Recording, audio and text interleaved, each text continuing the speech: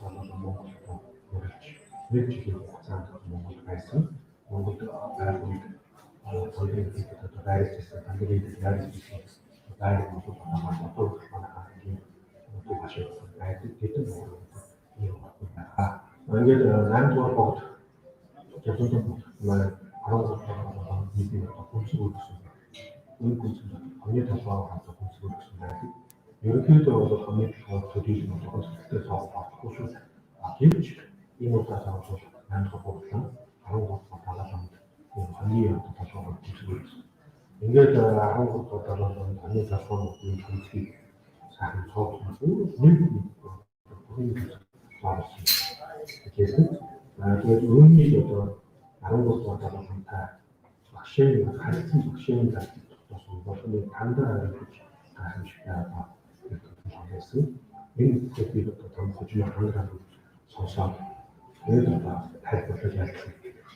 Энэ юу тайлбарласан бэ гэхээр хожимоо одоо талаалан 20 жил Монгол улсад тэгж зорилох юм байна гэдэг ийм учир шалтгаан зүйлийг болон тандаа тэгээд энэ багшийн суурь бодож бодсон юм байсан.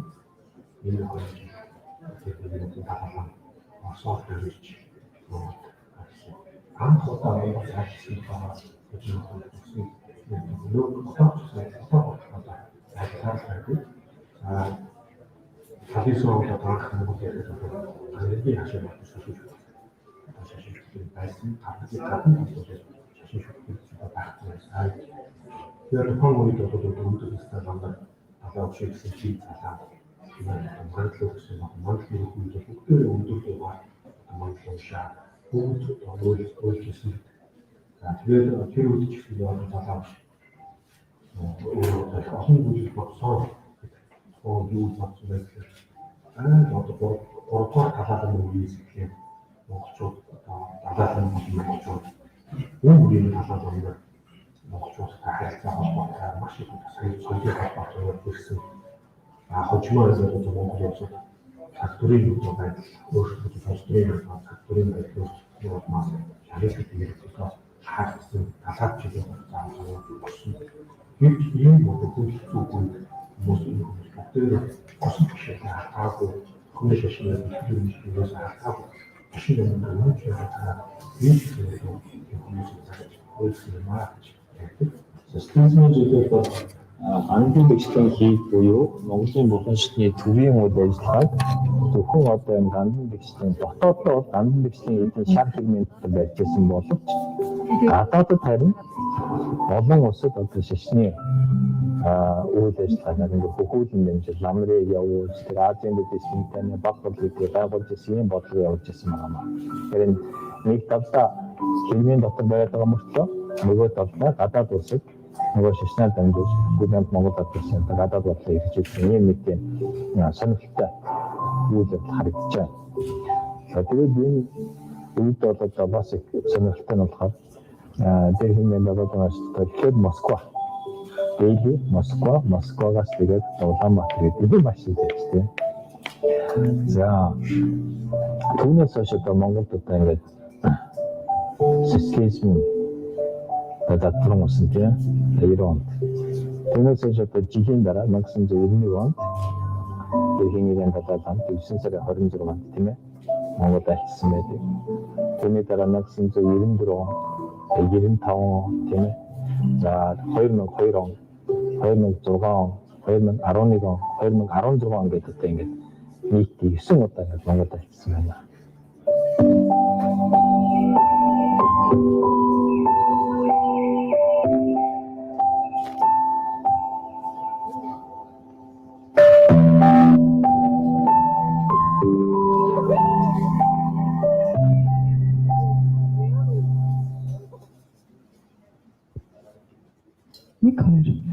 За сайн байцгаана уу? Эрхэм та бүхний энэ өдрийн эндчтэй. За намайг гэрлээ гэдэг би Нарава институтийн оюутан сурагч бурхны одоо шашин номыг одоо сонирхон судлаач юм хүм өнөөдөр сайнд хөтлөх хүч хэмээх энэ сайхан номын нээлт хөрөнд ирсэн та бүхний ямар амгаланг айлтгаж өнөөдрийн үйл ажиллагааг хөтлөн явуулах болно. За, нэрт судлаач Даниел Гоулманы Сэтгэл хөдлөлийн чадамж хэмээх номыг 1995 онд гаргаж дэлхийд одоо танигдсан эрдэмтэн судлаач, сэтгэл судлаач хүн. За, түүний энэ гаргасан ном бол гарсан даруйда жил 6 сарын туршид Нью-Йорк Таймс сумны шилдэг борлуулалтаар номын жагсаалтыг тэргүүлж дэлхийн 40 шилдэг номын нэгээр шалгарч ирсэн ийм одоо алдартай сэтгэл судлаач, зохиолч эрдэмтэн байна. Тэрээр дээрхийн гэгэнт 14-р Далай ламтай 1980-аад оноос хойш нөхөрлөж, оюун ухаан ба амьдрал хүрээлэнгийн үйл ажиллагааг эхнээс нь дэмжиж, буддын шашин ба өрнөдийн эрдэмтдийн хооронд харилцан яриа, хамтын ажиллагаа өрнөхөд гол үүрэг гүйцэтгэж ирсэн ийм төлөөлөгчдийн нэг юм байна. Даниел Гоулманы Далай лам хүн төрөлхтний ирээдүйг хэрхэн гэрэл гэгээтэйгээр зураглаж байгааг тод томруулаар дэлгэн харуулсан САЙНД ХӨТЛӨХ ХҮЧ хэмээх энэхүү номыг 2015 онд бичсэн байна. За, энэхүү номыг ДИЛОВ ХУТАГТ САН-аас монгол хэлээр орчуулан хөрвүүлсэн нь одоо та бүхний гар дээр өнөөдөр бид одоо энэ танхимд ирээд байна. За, энэ номыг орчуулсан Туул, хянан тохиолдуулсан Дуламжав, оюун гэрэл нарт бас бүгдээрээ баяр хүргэж бас талархал илэрхийлэх зүйтэй болов гэж бодож байна. За, ингээд энэ номын нээлт үйл ажиллагааг нээж үг хэлнэ үү гэж дээрхийн гэгэнтэн Далай ламын Монгол болон Оросын холбооны улс дахь бие төлөөлөгч ДИЛОВ ХУТАГТ САН-гийн тэргүүн ДИЛОВ ХУТАГТ Дансан лам таныг үг хэлхийг хүсье.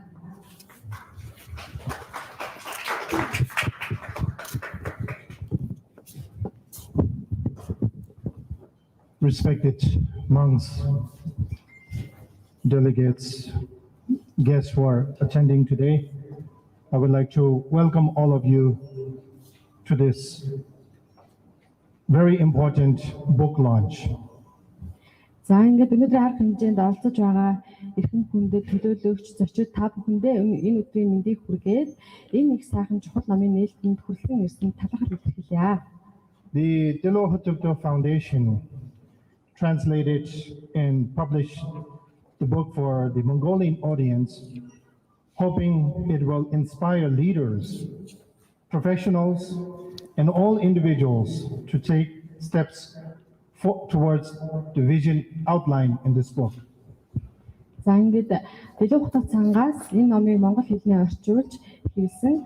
За, энэ номын агуулгыг уншаад хувь хүмүүс, байгууллагууд, нийгмийг удирдан зааж чиглүүлж байгаа удирдагчдад урам зориг өгч улмаар одоо зөвхт энэ номын агуулгаар ажил төрлөө зөв залгах урам зориг өгөх байх гэж найдаж байна. Psychologists and journalists Daniel Goulmаны achieved widespread recognition in 1995 with the publication of his book, Emotional Intelligence, which popularized research by psychologists showing that success in life and work is based on much more than IQ. За, сэтгэл судлаач Даниел Гоулманы 1995 онд сэтгэл хөдлөлийн чадамж гэдэг номороо дэлхийд маш их нэр гарсан. Сэтгэл хөдлөлийн чадамжийн талаар олон эрдэмтэд судалдаг байсан боловч яг энэ ойлголтыг дэлхийн нийтэд түгээх олон нийтэд ойлгуулсан Даниел Гоулманы юм байна. За, тэгээд Даниел Гоулманы бичсэн одоо энэ ном аа. Perhaps no other religious or spiritual tradition has explored the structure of one's mind so thoroughly as Buddhism has. За, хүний сэтгэл оюуны талаар ингэж их гүн гүнзгий судалсан шашин буддын шашнаас өөр үгүй баха.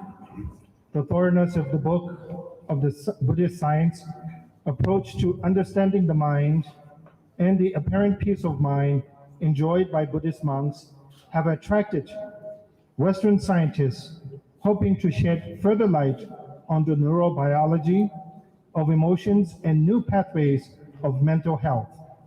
This collaboration between Buddhist scholars and modern scientists has been manifested most successfully in the series of Mind and Life dialogues that dates back to 1987, which His Holiness the Dalai Lama co-founded with Francesco Valero.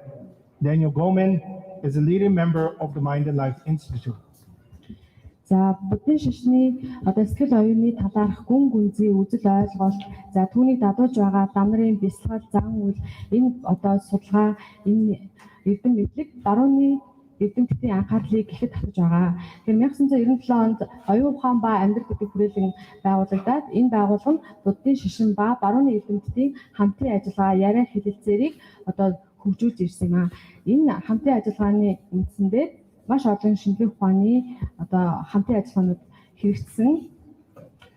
In a forceful pitch, with the help of His Holiness the Dalai Lama's friend, Daniel Goulmаны, the New York Times best-selling author of Emotional Intelligence, the Dalai Lama frequently says, human nature is a compassionate nature. This statement is not only a religious belief, but after years of study by scientists, have also said that human nature is also a compassionate nature as well.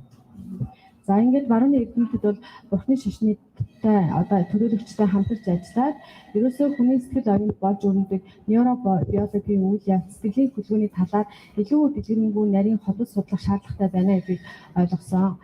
За ингээд Даниел Гоулманы байна энэ САЙНД ХӨТЛӨХ ХҮЧ гэдэг номондоо одоо төвшүүлж байгаа гол үзэл санаа бодод ерөөсөө хувь хүний хөгжил, нийгмийн сайн сайхны хөгжил хүний инэр нэгүүлсэнгүй сэтгэлээс эхэлдэг байна гэдгийг бүр том руу шинжлэх ухааны үндэслэлтэйгээр баталж харуулж энэ сонирхолтой бичсэн.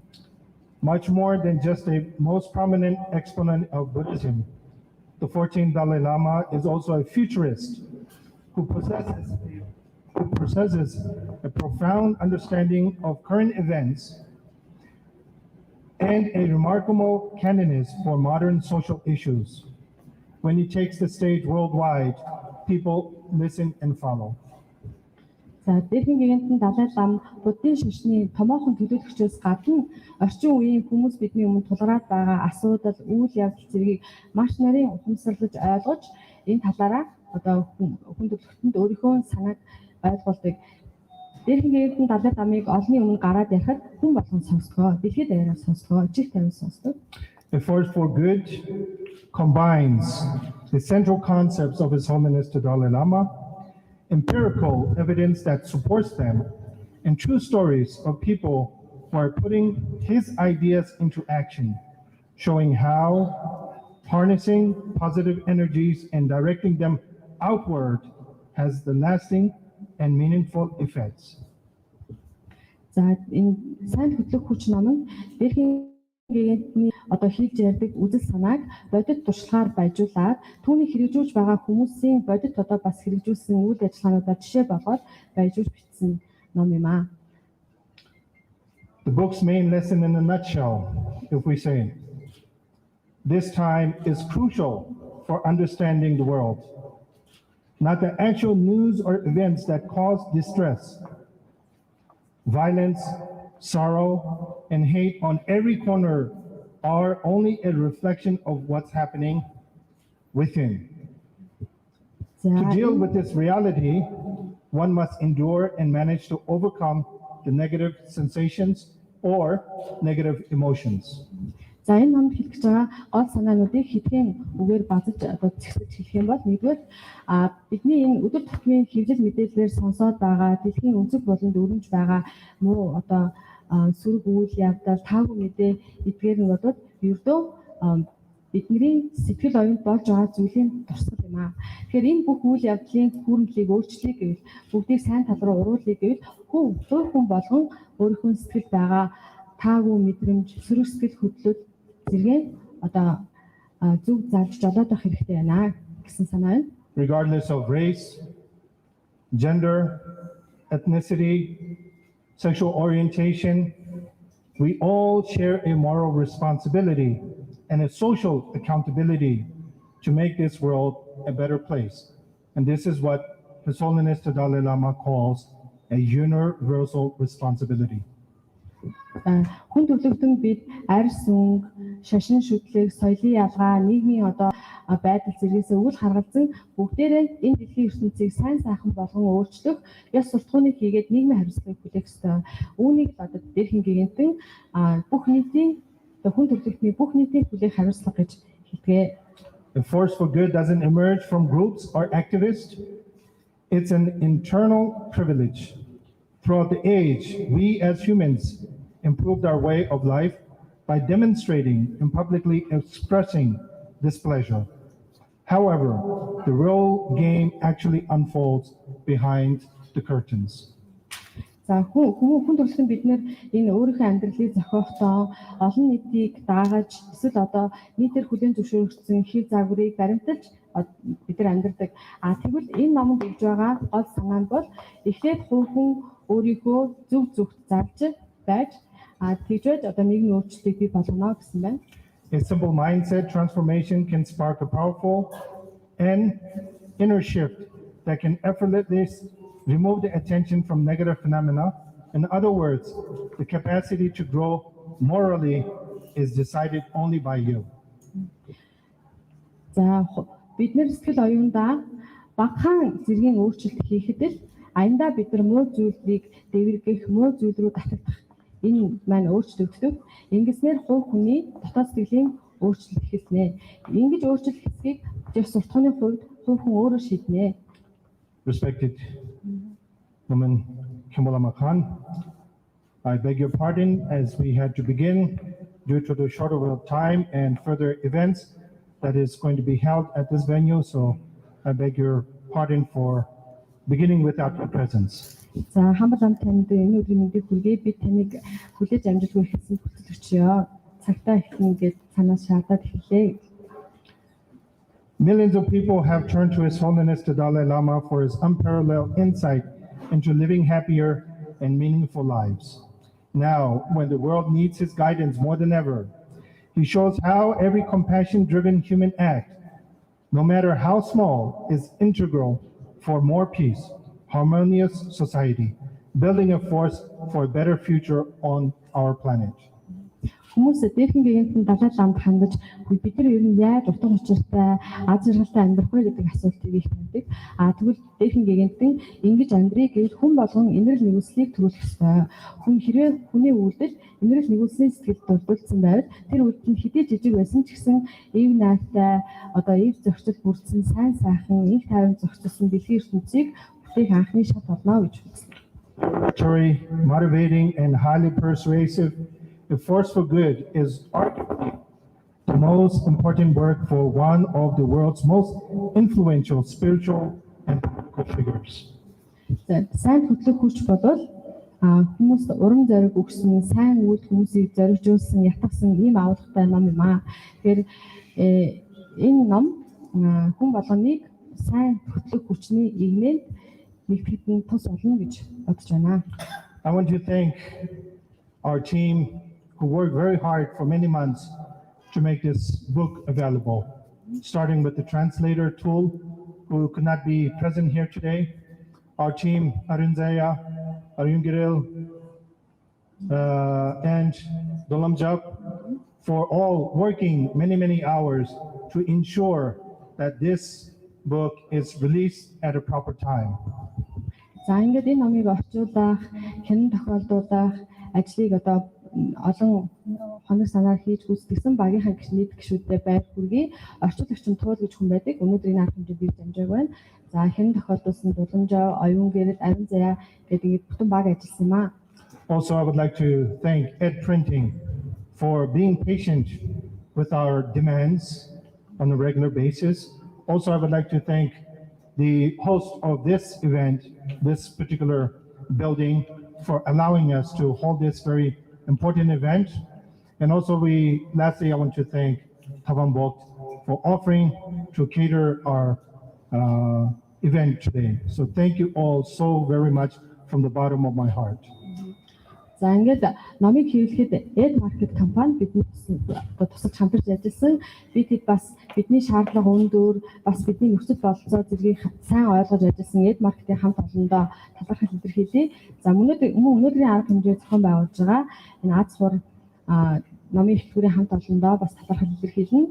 Мөн 5 богд компанийн өнөөдрийн арга хэмжээний цай ундаар бидний дайж байгаамаа. Үүнд бас бид талархаж байна. I would like to end by reminding all of you, we have a nature or a habit that when we say His Holiness the Dalai Lama, we see him as a religious leader. When we say the word Buddhism, we automatically accept it as a religion. But His Holiness the Dalai Lama is more than a religious leader. He's a Nobel Peace Laureate. He's a scientist. He's a thinker. He's a philosopher. And he is so many things that is beyond words to describe him.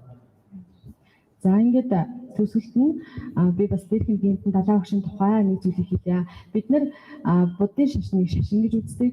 Далай багшийг бол нэг шашныг удирдагч гэж хардаг. Гэтэл далай багшуудад шинжлэх ухаанч хүн, оюун санааны удирдагч, хүн ухаантан. Тэр энэ зөвхөн нэг шашны тэргүүн гэдгээс бас хайлсан. Нобелийн их тайвны шагналдан ийм ихэнх хүн юм аа. Also, when we hear the word Buddhism, we automatically associate it with a religion. Buddhism is not a religion alone. It is a philosophy and it is a science. And if you ask what type of science, it is the science of the mind. За бурхан буддын шашныг бид нар бас шашин гэж үздэг. За шашин мөн гэхдээ энэ бодод шашныхаа хажуугаар бас энэ хүн ухаан юм аа. За мөн шинжлэх ухаан юм аа. Юу шинжлэх ухаан бэ гэвэл буддын шашин хүний сэтгэл оюуныг судалдаг шинжлэх ухаан юм аа. We Mongolians should be proud that Buddhism is part of our nature, part of our culture, part of our way of life, and part of our rich heritage. And we have more to offer to the world rather than the world has to offer to Mongolian people. Буддын шашин бод монголчуудын амьдралын хэм маягийн маягт хүн шингэсэн, мөн бидний сэтгэл оюун хүн шингэсэн, бидний соёлын өвийн нэг хэсэг ийм шашин юм аа.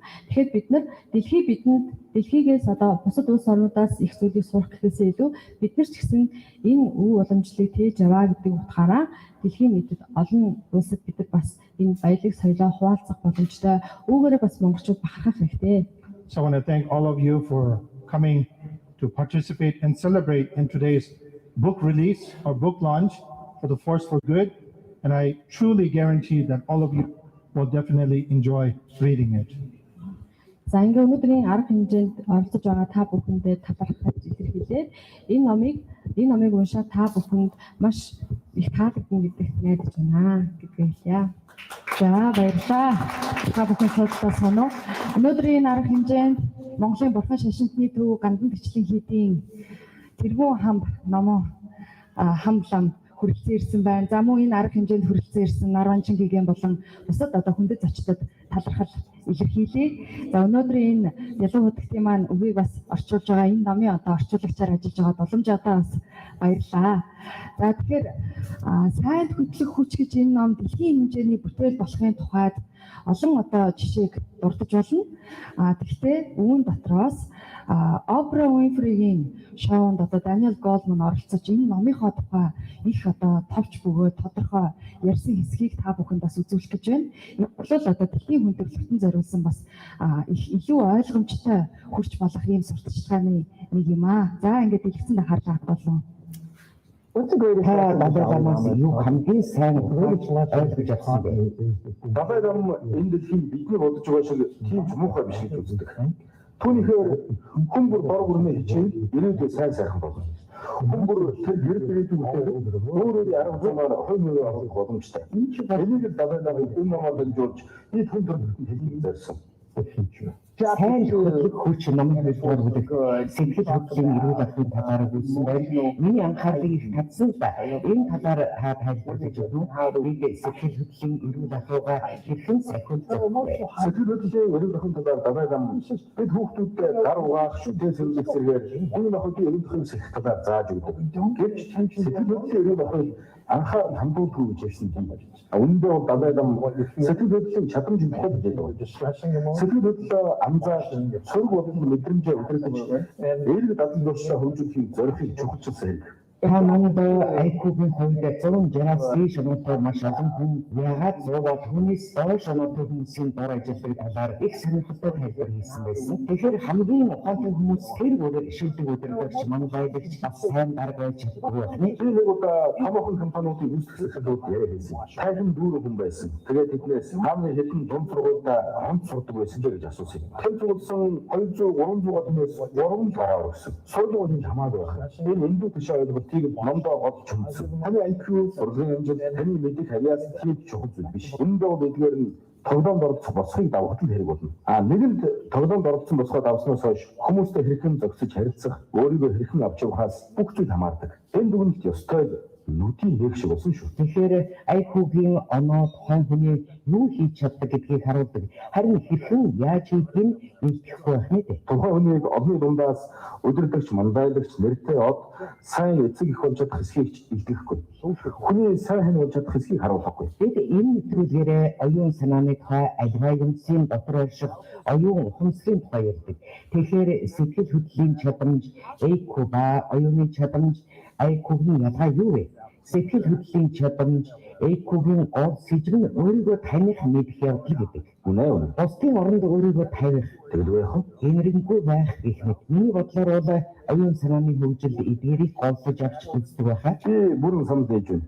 Энэ бүгд нэг л хүрээний зүйлсэл дээ. Гэхдээ би сургууль хүмүүжүүлэгч, бизнес эрхлэгчтэй энэ талаар ярилцахдаа Чинь шинжлэх ухааны эрдэмтэн хүн шүү дээ. би шинжлэх ухааны чиглэлээр бичдэг сэтгэлч юм. Би шинжлэх ухааны тухай өдөр тутамдаа хүн өөрийгөө хэрхэн тань мэдэх, анзаарах тухай энгийнээр ярьж бичдэг. Та сэтгэл санааныхаа байдлыг анзаарч байсан уу? Сэтгэлтэй юунаас болоод ийм байна? Ийм сэтгэл хөдлөлийг хэрхэн зохицуулах талаар мэдв үү? Таны эргэн тойронд байгаа хүмүүсийн сэтгэл ямар байгааг та анзаарч байна уу? Та энэ бүгдийг сайтар ойлгоод хүмүүстэй зөв сайхан харилцаж чадж байна. Энийг өдөр тутам хийх хэрэгтэй. Өөрийгөө анзаарах гэдэг бол маш гүн хэрэг зүйл л дээ. Тэмдэглэл хөтлөх гэсэн үг. Бясалгах гэсэн үг. Дотоод оюун санааныхаа гүн рүү хандна гэсэн үг. Өөрийгөө анзаарна гэдэг нь тус сайхан цаг гаргаад ганцаараа байж өөрлөгөө анхаарлаа хандуулахыг хэлэх байх.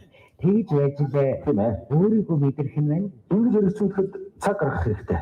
Тэгвэл таны үйлдэл амьдралын тань зориг утга учиртай нийцнэ. Бас үнэт зүйлстэй тань. Яг үнэн. Таны үнд зүйлстэй нийцнэ гэсэн үг. Үнэт зүйлс. Бусдын оронд өөрийгөө тавих чадвар дотоо 3 янз байдаг.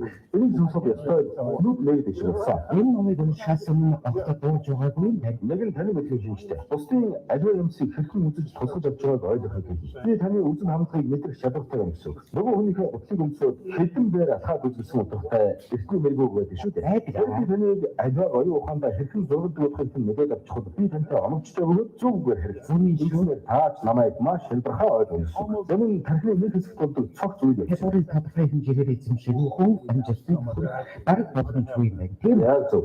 Энэ чадвар маш чухал. Гэхдээ ийм чадваргүй хэдийч бусдыг удирдах ажиллаж байгаа хүн олон байдаг. Бид ийм чадварыг эзэмшээгүй менежер үуч байдаг. Ийм чадвар байх бол юу болох нэг нэгэндээ бүгдийг харилцаж чадахгүй төрн. Бусадтай харилцах харилцаа таагүй. Ажил дээр их асуудал бэрхшээл гарна. Бусдын оронд өөрийгөө тавих чадварын хоёр бүтээлийг авч үзье л дээ. Энийг тархины өөр хэлээр хариуцдаг.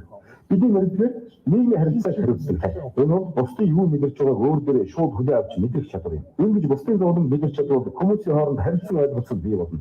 Хэрэг та нөгөө хүндээ анхаарлаа бүрэн хандуулвал та хоёрын бүнд ойлголцол бий болно гэсэн. Хоёр хүн нэг нэгэндээ бүрэн анхаарал хандуулвал зохицол бий болно. Харин нөгөө хүндээ анхаарахгүй өөр тийш хараад буцаа шалгаад байвал харилцан ойлголцол зохицол бий болохгүй шүү дээ. Уг нь маш чухал чадвар боловч хүмүүс бид ерөнхийдөө дутуу үнэлдэг. Энийг бусдын төлөө сэтгэл зөрмөх чадвар гэж нэрдэг. Тэр ойр дотны хүн маань зов чанаж байвал би тэр хүнийг хайрлаж байгаа бол зовлонгийн зүгээр нь мэдрээд өнгөрөх биш. Аль болох туслахыг хүсэх мэдээж. Энэ үйлдэлийг тархины өөр нэг хэсэг хариуцдаг.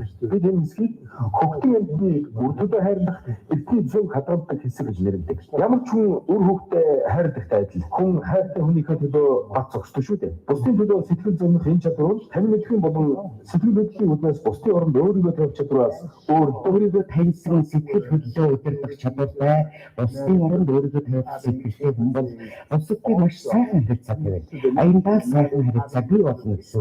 Яг зөв дүгнэж байна. Энэ гурван зүйлийг л анхаарч явах хүмүүстэй сайхан харилцаатай байх юм байна. Одоо үзсэн сэтгэл хөдлөлөө удирдах өөрийгөө жолоодох чадваргүй хүн бол бусадтай эгзүүгээр харилцана. Ийм чадваргүй хүнд юу тохиолдохыг ихэд гаргахгүй.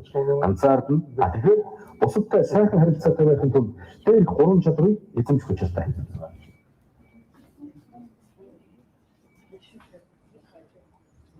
За баярлалаа. Тэгэхээр энэ Опра Уинфригийн шоунд оролцсон Даниел Гоулманы яг энэ номын хэсэг дээрх одоо хэсгийг бид бол сонслоо. Тэгэхээр дэлхийн нийтэд бол IQ-гийн тухай бол бид нар 10 жилийн өмнөөс ярьж эхэлсэн. IQ-гийн тухай ойлголттой бол дэлхийн нийт бол болсон. Ялангуяа монголчууд IQ-гийн шалгалт өгөхөөс ахуулаад энэ ойлголт бол түгээн дэлгэрсэн. Харин EQ-гийн тухай ойлголт бол сүүлийн үеийн одоо шинэ нэр томьёо, сүүлийн үеийн одоо шинэ хэмжигдэхүүн гэж одоо хэлж болох юм. Тэгэхээр EQ гэдэг энэ ойлголтыг дэлхийн нийтэд бий болгосон хүн бол Даниел Гоулман. Үүний тухай бол илүү одоо тодорхой маш одоо ойлгомжтойгоор дэлхийн нийтэд сурталчилсан таниулж үүний тухай бас олон судалгааг бол хийсэн байдаг юм байна. За бидний гар дээр байгаа сайнд хөтлөх хүч гэж энэ ном дэлхийн 23 оронд орчуулагдсан төгсөн. Өнөөдөр бол монголчууд энэ номыг их хэлээрээ уншиж байна. За ингээд 23 дахь орон болох энэ монголчуудад зориулсан Даниел Гоулманы мэдчилгээг та бүхэнд үзүүлье. За энэ мэдчилгээг бол өөрөө гар утсан дээр бичсэн учраас чанарын хувьд бол бас багахан муу ээж магадгүй гэж хөлцөл өчөж байна. Даниел Гоулманы нэмийн сайхан бэлэгдэн мэрэгтэй өдөр Монгол амнууд та бүхэнтэйгээ мэндчилж байгаадаа баяртай. Дээрхэн гэгэнтнийг баян нас өдөр зовлох үед түн ажлын албанаас надтай холбогдож Далай ламын хүн төрөлхтний ирээдүйн алсын хараа хэрхэн төлөвлөж өгөн эмгэгхэн дүгнсэн ном бич сан тавьсан юм. Энэ сан миний хувьд нэр төрийн хэрэг байлаа. Далай ламын алсын харааг төлөвлөсөн САЙНД ХӨТЛӨХ ХҮЧ нэртэй энэ ном Монгол уншигчдын хүртэл болж байгаа туйлын баяртай байна. Энэ номын бичгийн тулд дээрхэн гэгэнтэнтэй олон өөр газарт олон цагаар уулзаж ярилцсан. Тухайн цагт Далай лам дэлхийг тойрон ном айлдах ажлын идэвхтэй өрнүүлж байсан үе. Италид номын айлдах тааж байгаа үеэд хэдэн өдрийг хамт өнгөрүүлснээр тодорхой санаж байна. Мөн Принстоны их сургуульд лекц уншиж явах үед нийтлэгийн дарамтсалаад хөргөндөн гэрчлэн аль боломжтой үед нь олон цаг ярилцаж байж нодхон агуулгыг бүрдүүлсэн юм. Дээрхэн гэгэнтэн хүн төрөлхтөнд хамтсан урайлга сэтгэл хөдлөлийн эрүүл ахуйг хэрхэн сахихаас эхлүүлж байгаа надад ихээхэн урам зориг өгсөн. Энэ урайлгатаа хүн бүр сэтгэл хөдлөлийн анзаарч түүнийг хэрхэн илэрхийлэх талаар хариуцлагатай байх учиртай бидэнд сануулan зөвлөж байгаа. Цааш нь энэний нэгүсгүй зөвлөсөн ёс зүйн бидний хувьд бүх харилцаанд шаардлагатай ёс зүйн хэм хэмжүү зөв чигийг загч алдан гацсан бол номын айлсан. Энэ ёс зүйг хэрэгжүүлэх үүднээс хүмүүр үзгээн барьж эсвэл бодиттой үйл хийгцмаар бурууг зөв болгон засах нийгмийн асуудал бэрхшээлийг шийдвэрлэх сайн сайхан өөрчлөлтийг бий болгохын төлөө хичээх ёстой чухалчилсан юм. Бид зөвхөн хөрөнгө мөнгө эдийн засгийн байдлаа санаа зовхож ачаалтад зовлонд очирсан хүмүүст өөрсдийн өөдөн татаж хөгжүүлэхэд туслах хэрэгтэй гэдгийг бас сануулсан юм. Мөн дээрхийн гэгэнтэн байгуулагчны асуудалд сэтгэл зүрхнийхэн гүнээс анхаарал хандуулдаг. Аливаа зөрчилдөөнийг байн дагнаар биш харилцан яриа хэлцлээр шийдвэрлэхийн чухлыг хүн төрөлхтөнд өргөж хэлж сургаж ирсэн.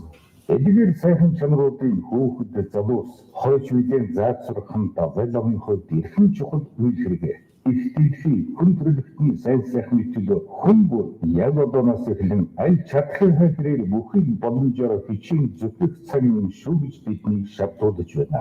САЙНД ХӨТЛӨХ ХҮЧ нэртэй энэ номоор илэрхийлсэн урайлгараа дэлхийн олон сая хүний зүрх сэтгэлд хүрсэн.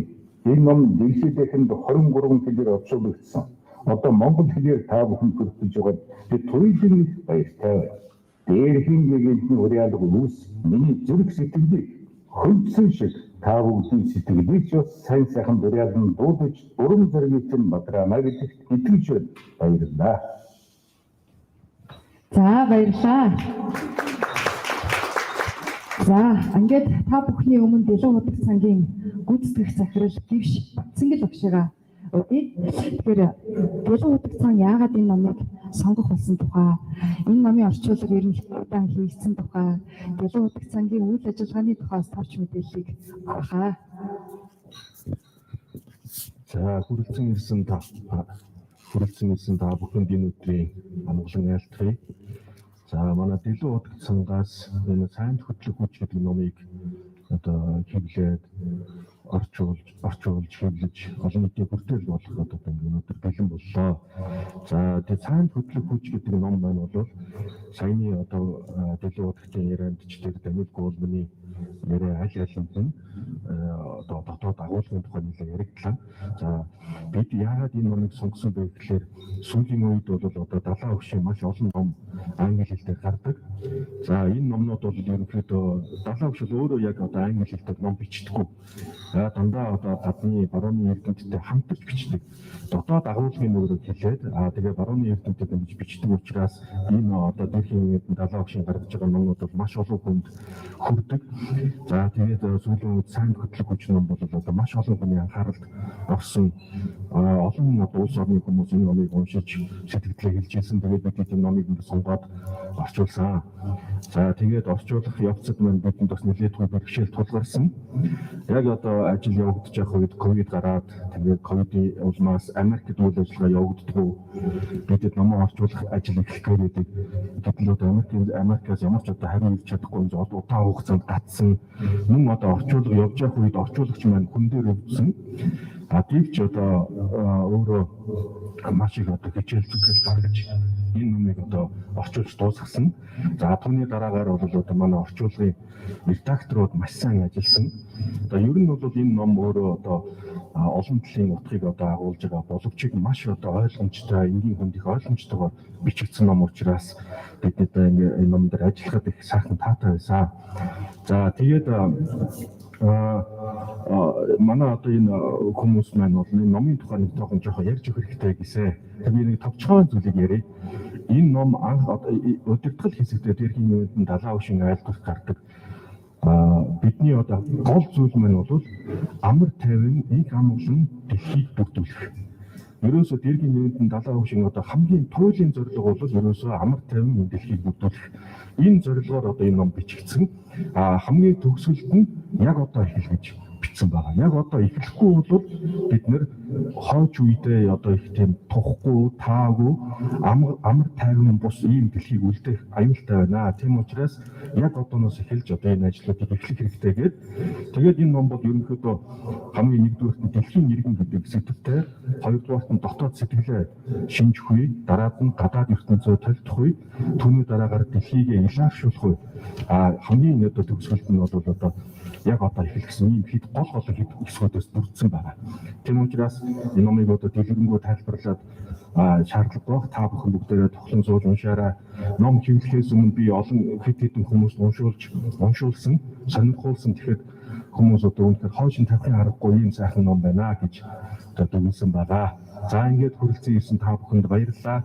Мөн одоо манай ажил ДИЛОВ ХУТАГТ САН-гийн үйл ажиллагааг дэмждэг болон хамтран ажилладаг олон хүмүүс ирсэн. Та бүхэн бүгдд нь талархал илэрхийлье. Баярлалаа. За Батсангал агчтай баярлалаа. За би энэ ташрамд энэ номын орчуулагч уулын мэдчилгээг уншиж танилцуулъя. Өнөөдрийн амаргүй цаг мөчид алс холоос морилон ирсэн ДИЛОВ ХУТАГТ болон номын нийлтний арга хэмжээнд оролцож байгаа та бүхний амар амгалан айлтгая. Миний хувьд энэхүү чухал арга хэмжээнд оролцож чадаагүй байгаадаа хүлцэлвч энэ цаг үеийн агуу бодголын тухай өнөө цагийн нэрт сэтгүүлч зохиолчийн туйлсан бүтээлийг орчуулах нэр хүндтэй ажлыг надад итгэж даалгасан ДИЛОВ ХУТАГТ САН болон Батсангал дүүтэй юуны өмнө гүн талархлаа илэрхийлж байна. Олон жилийн өмнө Батсангал дүү маань далайлам.com цахим хуудсыг монгол хэлний орчуулан гаргах төслийг санаачилж орчуулгын багтан ажиллах завшаа надад тохиолсныг иргэн санахад таатай байна.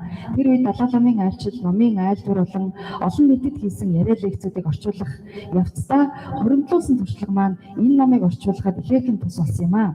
Энэ номонд шашин болон шинжлэх ухааны гүн гүнзгий ухагтхууны тухай өгүүлээгүй юм.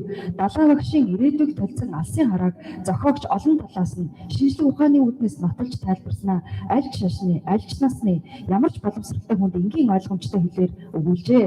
Дээдхийн гиганттай олон жил нөхөрлөж ном сургаалынхаа тухай нарийн нюансыг нь гүн гүнзгий мэдэрч зохиогчийн торгон мэдрэмжийг аль болох алдагдуулахгүйгээр орчуулах гэж хичээн ажилласан бөгөөд алдаа мадаг байх аваас эрхэм уншигч та бүхэн санал бодлоо харамгүй хэлнэ гэдэгт итгэж байна. Эцэст нь оновчтой зөв, яруу сайхан хэллэгээр дутууг маань гүйцээж, дундуурыг маань дүүргэсэн редакторуудтай гүн талархлыг илэрхийлж байна. Номын нээлтийн арга хэмжээнд амжилт хүсье. Номын цагаан буян дэлгэрэх болтугай та бүхэнд эрүүлийн сайн сайхан бүхнийг хүсээрэй. Хүндгсэн Таштавагийн туул гэсэн байна. За ингээд энэ номыг одоо Агуулгын үед бол маш сайн орчуулна гэдэг бол орчуулагчийн одоо дотоод мэдрэмж, мэдлэг одоо яг тэр одоо юу гэж хэлэх гээд байна гэдэг нюансыг олно гэдэг бол их одоо авьяас шаардсан ийм хэрэг болов гэж би бодож байна.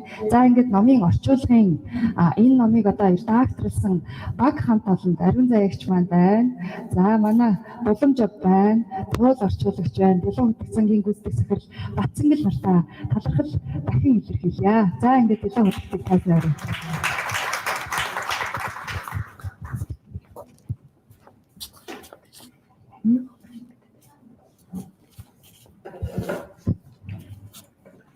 I am in no position to give particular instructions in such wonderful scholars, protocos, people of status. It is very humbling, and at the same time, I'm not claiming to be highly knowledgeable or experienced as compared to other well-learned scholars and lamas. За би өнөөдөр энэ олон эрдэмтэн нэргээд худал хуйлгаадын одоо өмнө бясалгал хөтлөх гэж байгаадаа бас одоо жоохон имиж байна. Би өөрийгөө та бүхэнтэй харьцуулахад эрдэм мэдлэгээр илүү давмгай гэж энэ бясалгалыг хөтлөх гэж байгаа хэрэг бас биш юм аа. So I thought it would be a good idea for all of us to meditate briefly without touching upon any religious beliefs.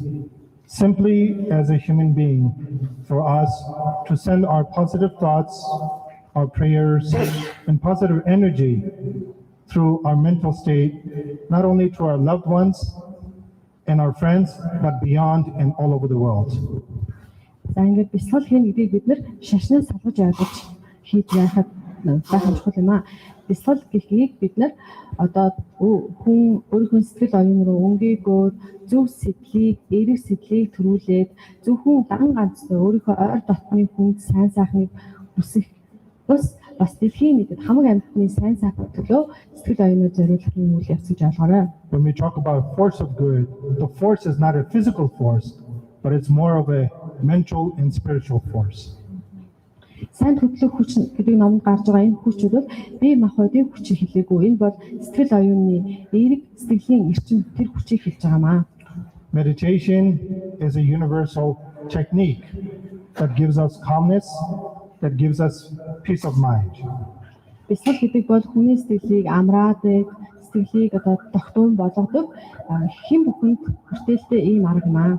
Every individual wants peace. Every individual wants mental peace, not only physical peace, but most importantly, mental peace. And this meditation, which is a very ancient technique, helps us to calm our mind, to be mindful, and to benefit ourselves and our surroundings and beyond.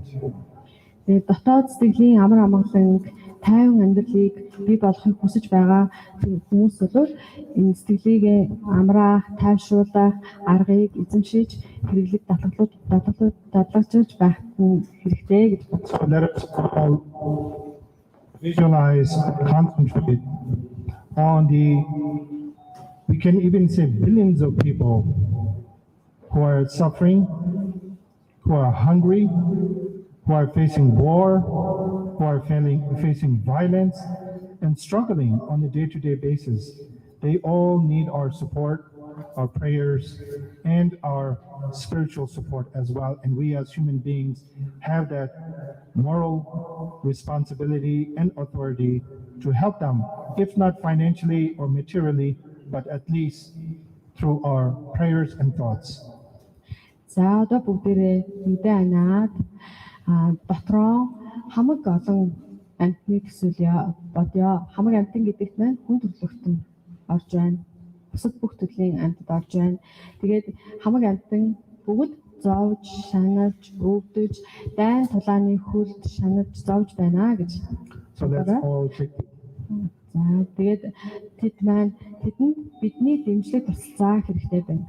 Хэдийгээр бид хөрөнгө санхүү, биеийн хүчээр тусалж чадахгүй ч гэсэн сайн сайхан хүсэл итгэлийг төрүүлэх, залбирал мөглөө унших зэргээр тэр хүн бас тэдэнд оюун санааны хувьд тус болж болно гэж бодоорой. So let's all take a deep breath and remain in silent and visualize in front of us the billions of people and we as individuals sending out our prayers and thoughts to all of them. За ингээд миний өмнө тэр бум хүн байна гэж төсөөлөөд би тэдэнд залбирал, өрөөлөн, мөрөглөн зориулж байна гэж төсөөлөөрэй. You don't have to be a Buddhist to meditate because meditation is a universal language for all. Бясалгал хийхин тулд заавал айл нэг шашныг дагдаг байх албагүй. Бясалгал гэдэг бол хүн бүхэнд нийтлэг хийж арга техник юм аа.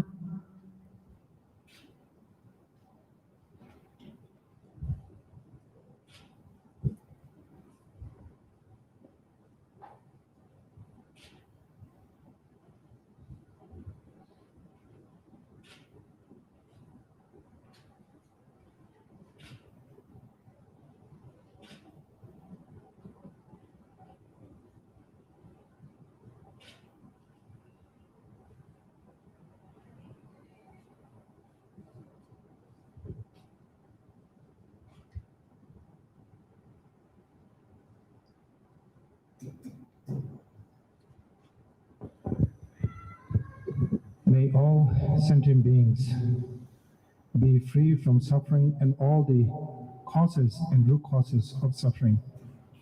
Хамаг амтлан зовлон хийгээд зовлонгийн уг шалтгаанаас ангижрах болтугай. May all sentient beings be happy and never be detached from the root conditions of happiness. Хамаг амтлан амгалан хийгээд амгалангийн уг шалтгаанаас хизээд үл хагцах болтугай. May all sentient beings be healthy and have long lives. Хамаг амтлан бүгд эрүүл инх байж урт наслах болтугай. May those who are suffering, no matter which part of the world, always be in my heart, and may I pray for all of them. Зовлонд мэрэгдэж байгаа олон амтны ертөнцийн аль зүгт байсан ч тэр бүхэнд миний залбирал өрөөл бүхэн хүрэх болтугай. I look at everyone as a brother, as a sister, Би хамаг бүх хүнийг өөрийн ахын дүү мэт үзэх болтугай. and therefore I share my limitless compassion with all of you. Ийхүү би өөрийн хязгааргүй инэрл нэгүслийн бүхэнд хамаг амтнд зориулъя. My compassion, my acts of compassion, is not only for the benefit of you, but also for your friends, family, beyond, for society, for communities, and for our nation as well. Миний энэ ерөөл залбирал бясалгалын хүч бүхэн зөвхөн танд төдийгүй таны найз нөхөд гэр бүл цаашлаад нийгэм хамт олон дэлхийн нийтэд ач тустай байх болтугай. And may I end this prayer or quotation by Shantideva, who is a 9th century master.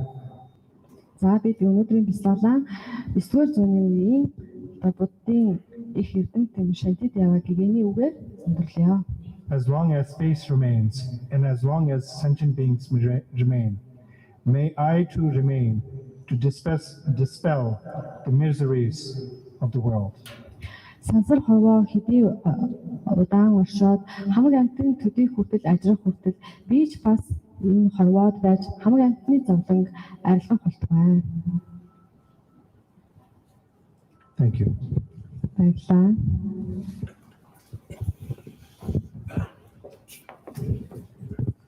За баярлалаа. Сайхан бясалгал хамтдаа хийлээ.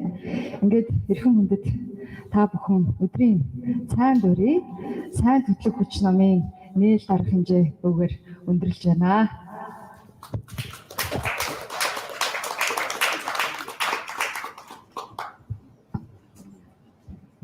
What's next?